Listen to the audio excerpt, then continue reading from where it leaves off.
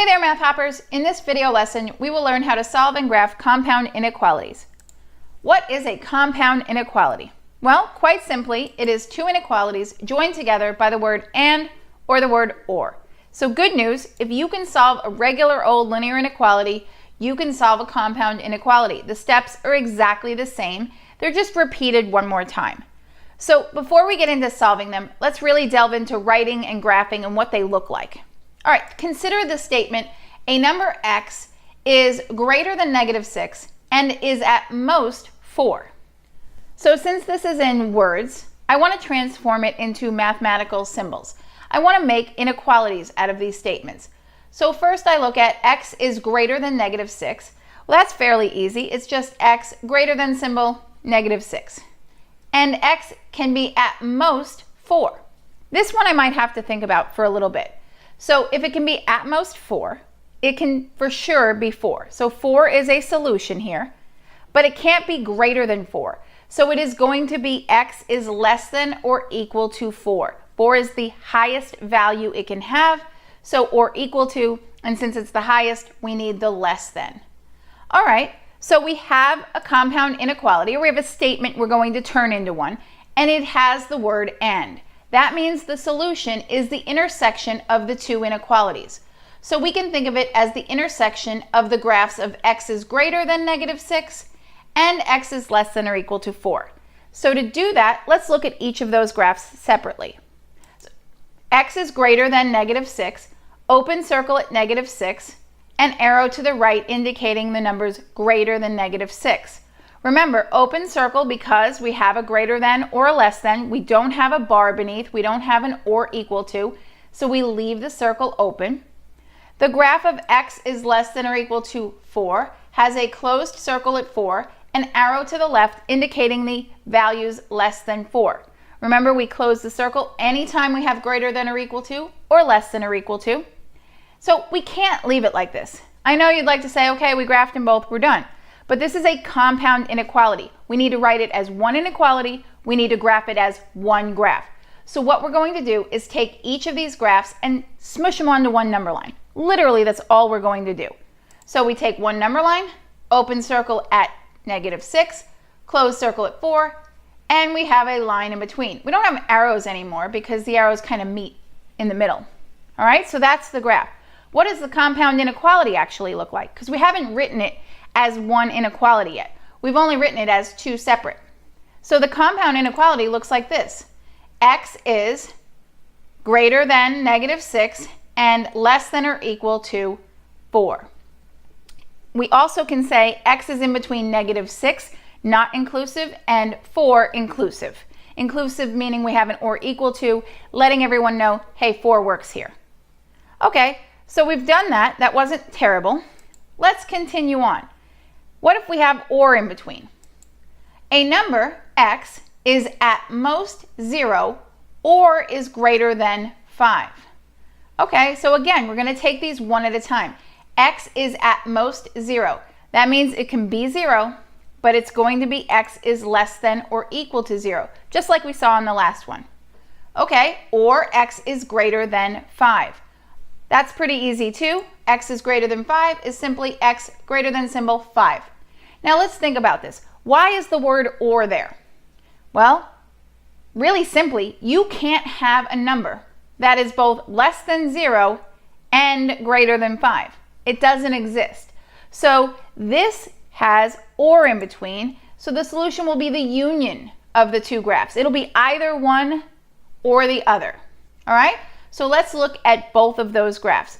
The graph x is less than or equal to 0, close circle at 0, arrow to the right. Again, why close circle? Greater than or equal to, less than or equal to. If there's a line under your inequality, fill that sucker in. Let's look at x is greater than 5. Open circle at 5, arrow to the right. Okay, why open circle? Greater than or less than, no bar underneath, definitely open circle. Now, again, we have to put this on one graph. This is a compound inequality. We need to look at it as one number line. And when we do that, we are going to say, really, it's just the smushing of these two together. Close circle 0 to the left, open at 5 to the right. The only thing that looks a little different is when we write the compound inequality. We can't write it as one inequality the way we did before, simply because you don't have a number that's less than 0 and greater than 5. So we write this as two inequalities with the word or in between. X is less than or equal to 0 or X is greater than 5. Those are all of the choices X can be. Okay? All right, let's get into solving them now. So I said if you could solve a regular inequality, you could solve these, and I did not lie to you. So we have here X minus 2 is in between -4 inclusive and 3 not inclusive. Or X minus 2 is greater than or equal to -4 and less than 3. So if this just said X minus 2 is less than 3, we would add 2 to both sides and be done. We'd add 2, X is less than 5, we'd be done. So we're going to do that. We're just adding 2 to the additional side. Whatever you would do to solve the regular inequality, you're going to do, but you will do it 3 times. Here, to the right, and to the left. So let's do that. Adding 2, we will get -2, right? -4 plus 2 is -2. Keep your inequalities the same. X and then 5. So X is in between -2 inclusive and 5 not inclusive. Fantastic, we're done. All we have to do is graph it. And when we graph it, we're going to say closed circle at -2 because it's or equal to, open circle at 5 because it's just a less than symbol, and then line in between. That's it. We're done. Okay, what about that flipping of the inequality that we used to have to deal with? We still have to deal with it here. Again, we are simply going to use inverse operations as we would for a regular old inequality. But everything we do, we'll do 3 times. So we have -2x plus 1 is in between -3 not inclusive and 3 inclusive. So if we're solving for x and we need to get x alone, we have to take care of the one that's added first, and then we'll divide out the dreaded -2, causing us to flip the inequalities. So let's subtract 1 from everything. We will get -4 is less than -2x, which is less than or equal to 2. Again, solving for x, we are going to divide by -2 because that's the opposite of multiplying by -2. And when we do that, we still have to say, I've divided by a negative, I have to flip the inequality. But in this case, I have to flip the inequalities, plural, because there are 2. So we'll do that. Flip those both. You get -4 divided by -2 is 2, which is greater than x, which is greater than or equal to -1. This is super ugly. We cannot leave it like this. When we flip the inequalities in a compound inequality, we have to rewrite it. The lower value has to be on that left side. So you're looking at 2 less than symbols, right, in between. Let's see what I mean. Be very careful when you flip it. So this symbol was pointing towards the -1, it's still pointing towards the -1. This was open towards the 2, it's still open towards the 2. Don't change the actual inequality when you're just trying to rewrite it or flip it. So we have x is in between -1 inclusive and 2 not inclusive. We graph this on one number line. We have a closed circle at -1, open circle at 2, and the line in between. And we are done. Okay, well, let's solve the ones with or in between. These are definitely easier. Maybe not easier, maybe a little easier, but here's why they're easier. These look like 2 separate inequalities, and guess what? We solved them just as they were 2 separate inequalities, and then we put the graph of the union on one number line, like we saw before. So let's take the one on the left first. Again, we're solving for x.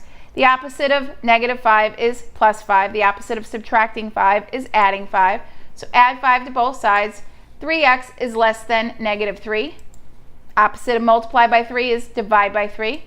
Good thing, dividing by a positive, keep that inequality the same. We get x is less than -1. I'm not going to do anything with it yet. I'm going to move over here and solve this one now because I have to see what I have on both sides. So again, opposite of subtracting 1 is adding 1. Add 1 to both sides. 2x is greater than or equal to 6. Opposite of multiplying by 2 is dividing by 2. So let's do that to both sides. X is greater than or equal to 3. Again, I divided by a positive. I get to keep the signs. This is like a gift this present. All right, now my solution really is x is less than -1 or x is greater than or equal to 3. We're going to place that graph on the same number line. looks exactly like this. So -1 open circle to the left, 3 closed circle to the right. This is my solution. I just take this and I write x is less than -1 or x is greater than or equal to 3. Can't write it as 1 because remember there's no number that satisfies both. And that's it. We're done. So if you're going through compound inequalities, studying for a test, doing your homework, you should be subscribed to our YouTube channel. It exists for you to send in those problems that are just giving you grief. We'll make you a custom video solution and you won't be confused anymore. Until next time, Math Hoppers, take it easy.